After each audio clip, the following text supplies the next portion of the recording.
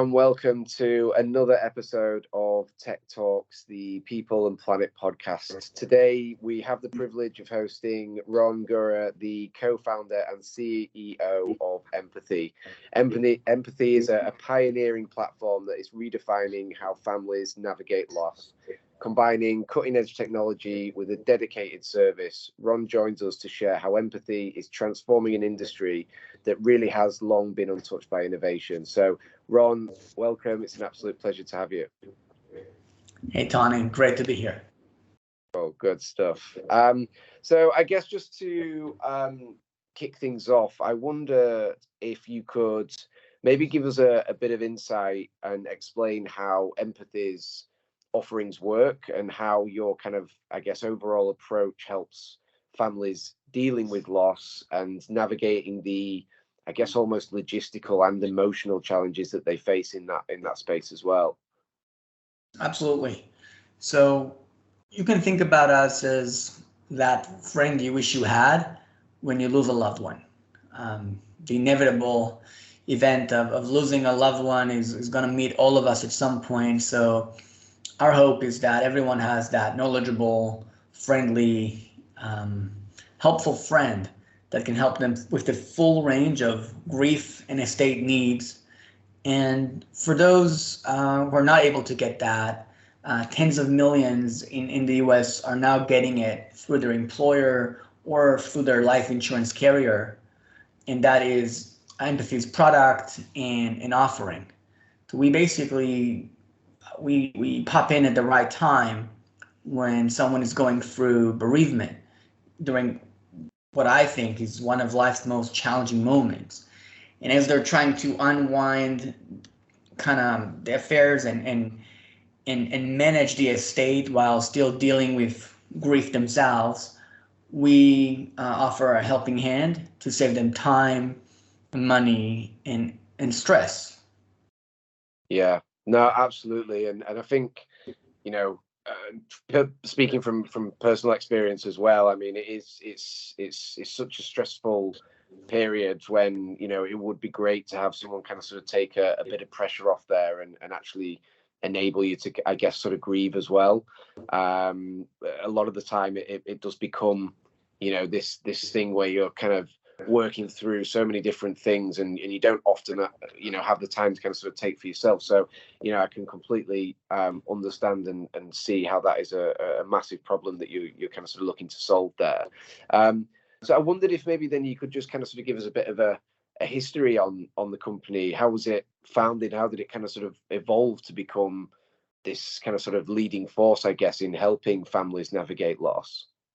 Sure. So we started the company, my co-founder and I, 3 years ago, from a very basic understanding that this is an untapped area, that it's a very important mission, yet it's probably the single largest consumer sector that is still untouched by innovation and specifically by software, which is our craft and what we like to use to solve problems with.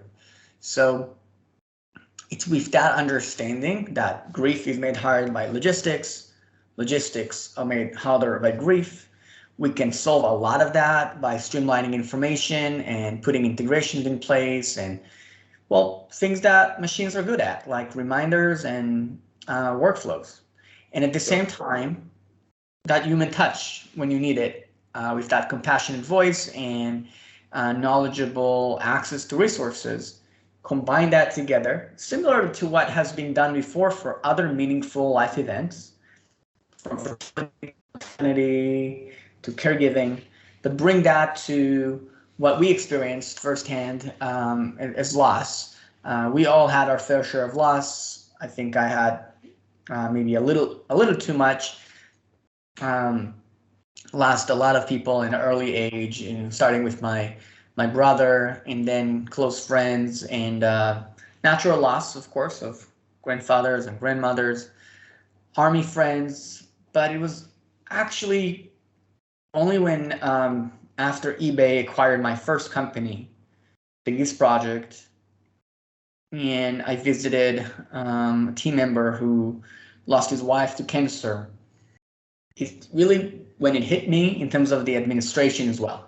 So I knew a lot about loss at that point, and my own experience about how to re-engage with life, but I had little to no idea that it takes more than a year to wind down a loved one's affairs and hundreds of hours to go through the estate. First time I heard about probate was in that just kitchen in San Jose a decade ago. And I was started to be obsessed with how to solve this problem and how to save people time and let them find back resources to hopefully do what they do best and do what they want to do, which is spend time with their family. Sure. No, understood. Absolutely. And you kind of sort of mentioned there, that sort of, I guess, end of life sector really has been kind of sort of quite untouched by innovation. I guess from your perspective, what has your approach been to applying innovation to that sort of particular space, and how has that, helped families, I guess, save time, money, whilst also decreasing those stress levels during such a difficult period? The first thing you do is you take that maze of decisions between the ceremony and estate and of course grief and obituaries and social security and pensions and bank accounts. There's so much going on. What about the property? What about the dependents? And you take that into one place and you build a much more personalized approach. You ask people about their situation through a smart yet ordinary onboarding that you would expect from an app in 2023. And we understand if you're Christian or Muslim, if you got 5 siblings or none, if you're the executor or not, what's important to you, and also just a little bit about the assets and what do you need help with right now, and already kind of make the noise go away and provide a much more comprehensive and personalized care plan for you. And then you marry that with time-saving tools that, again, you would expect to have on your phone because that's what we just got used to for pretty much any other sector. So you would snap a photo of a death certificate. You would snap a photo of an executor approval. And you would start deactivating your Verizon account, your AT&T account, whatever you need to do. It's a tell me once approach. You're not going to call 42 people on average in terms of vendors and tell them, I lost my dad, I don't have the credentials, please help. You don't need to do that. It's losing a loved one is hard enough.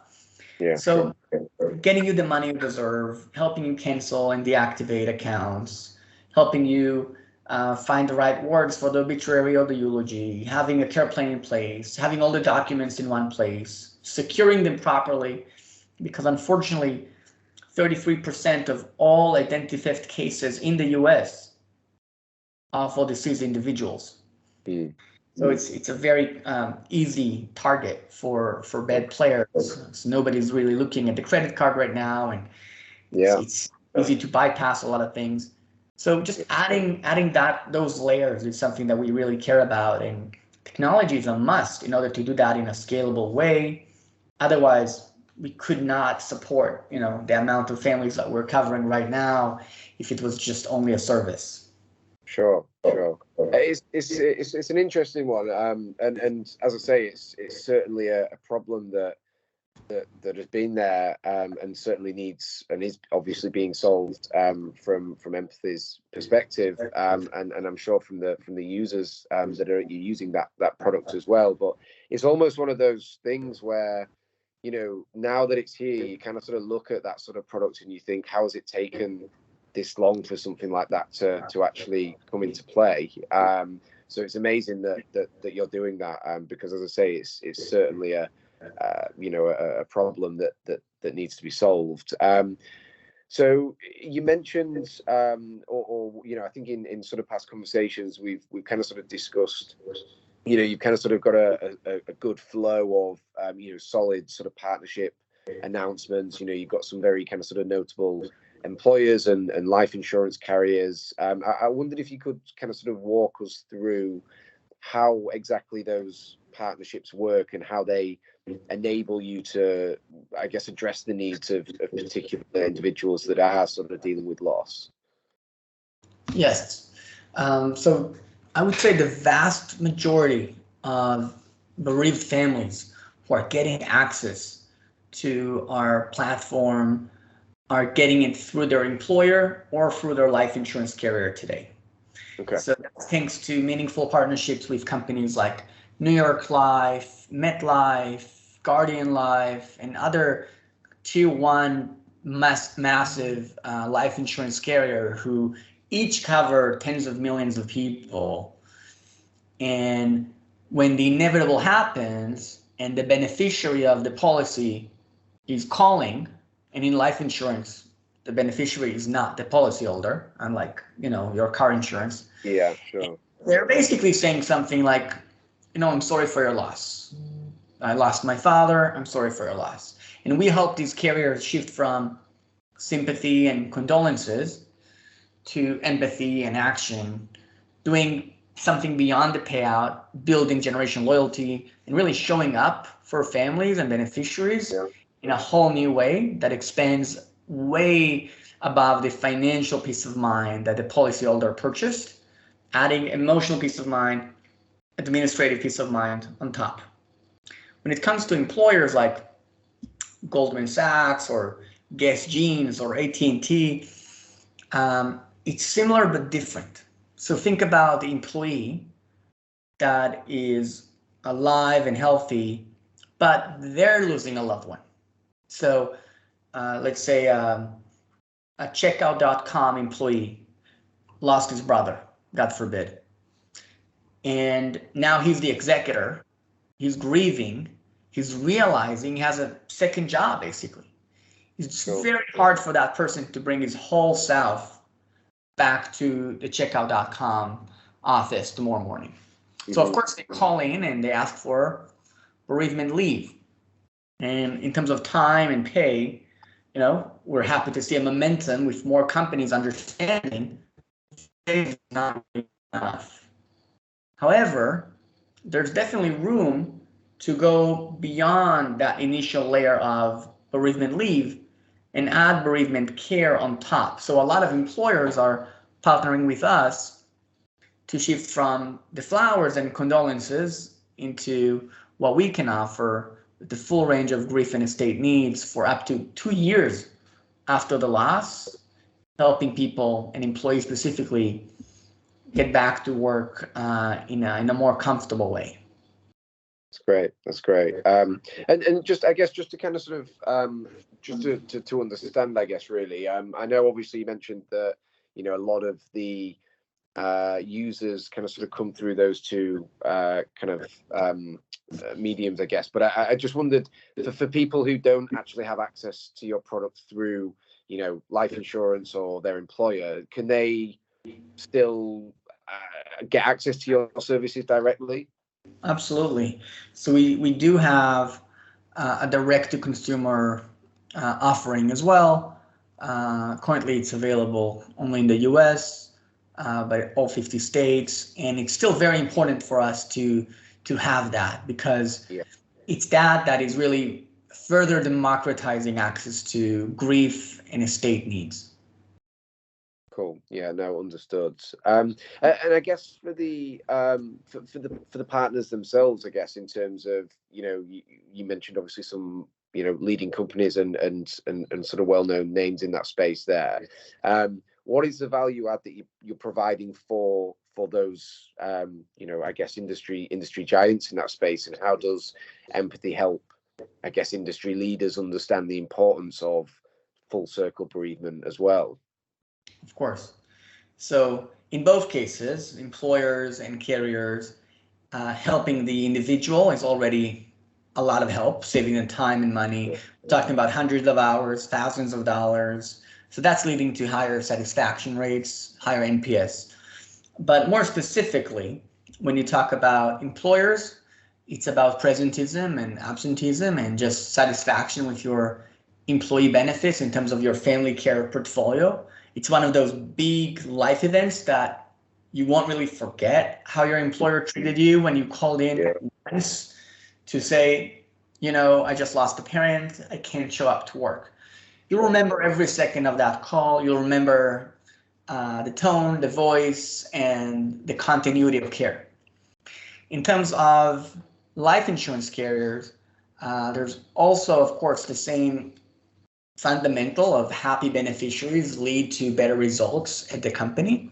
But more specifically, we're talking about increase in generational loyalty that is really meaningful, and you can see some eye-opening case studies on our website, together with increased asset retention and operational expenditure reduction, which are things that big life insurance carriers happen to be also Fortune 100 companies. They really care about how can they show up and do the right thing, but also at the same time, remember that these values drive value to the bottom line. Sure, absolutely. No, understood. And I guess just last sort of question for me then, and this one I guess is more about I guess empathy internally as a company as well. I wonder if you could kind of sort of give us a bit of insight into what the company culture is like at Empathy. Like, how does that align with your kind of sort of greater overall mission? And if you could maybe give us a little bit more about the team and what roles they serve in, to see, for our listeners who may be looking to join Empathy, essentially. Of course. Well, we're a multidisciplinary team of 80 folks between the US and Tel Aviv, Israel. We have very broad job families, all the way from the usual suspects you would look for in a tech company, like product designers, engineers, product managers, data scientists, and analysts, and brand designers and marketing folks, all the way to content and grief experts and social workers and estate lawyers and other personas and job disciplines you would not necessarily often see in a tech company. From a culture standpoint, I'm as biased as it gets, but I say it's a very curious and purposeful culture. I don't think people join a journey on fixing end of life for others without experiencing a meaningful life event themselves. And we see that day in and day out with the amount of obsession over the details that people have to our brand, to our product offering, all the way from our content to our app design. They really want this to be a soothing, empowering experience for families.